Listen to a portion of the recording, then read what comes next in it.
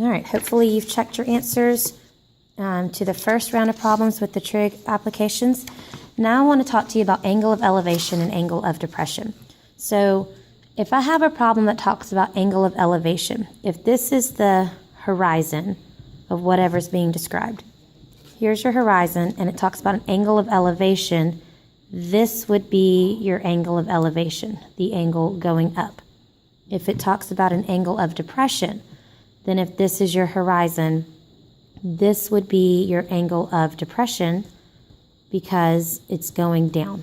Okay, so I want to draw two example problems so you guys can understand what to do when you hear about an angle of elevation or angle of depression. Let's say you have, draw a triangle here. Let's say you have somebody who is seeing an airplane. So this person's standing on the ground, airplane's up here, and I'm not even going to try to draw an airplane. I'm just going to put A. But you've got the airplane in there, and it says the person looks up into the sky and the angle of elevation is 27 degrees. Well, this right here would represent the horizon for that person's eyesight. So this is where their eyesight level is. And then if they're looking up into the sky, that would be that angle right there. So the angle of elevation would be 27 degrees. Okay, so if it says angle of elevation, you just got to find out this is the horizon, and then you're going up from that horizon, and that's where you're making that angle. Okay, well, let's say that you have somebody standing on a tower. So here's my tower, here's my person standing on a tower. And they look down, let's say they're standing on a tower, and they look down and they see, I don't know, a deer. So they're hunting or something, and they see a deer. So here's my D for deer. Okay, so here's my situation. Eyesight for this person is right here. Okay, this is the person's eyesight. Here is,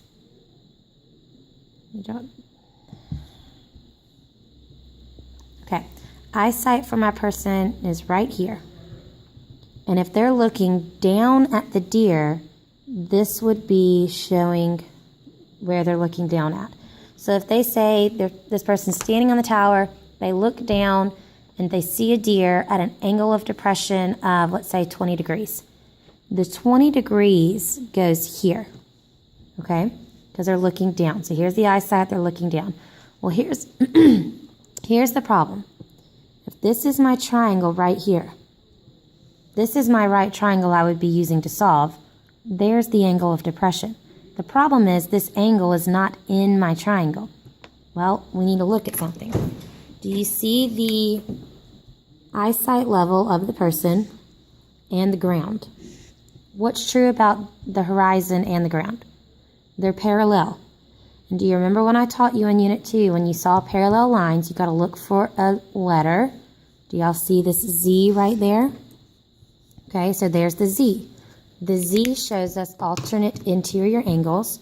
So if this angle is 20 degrees, that means this angle is also 20 degrees.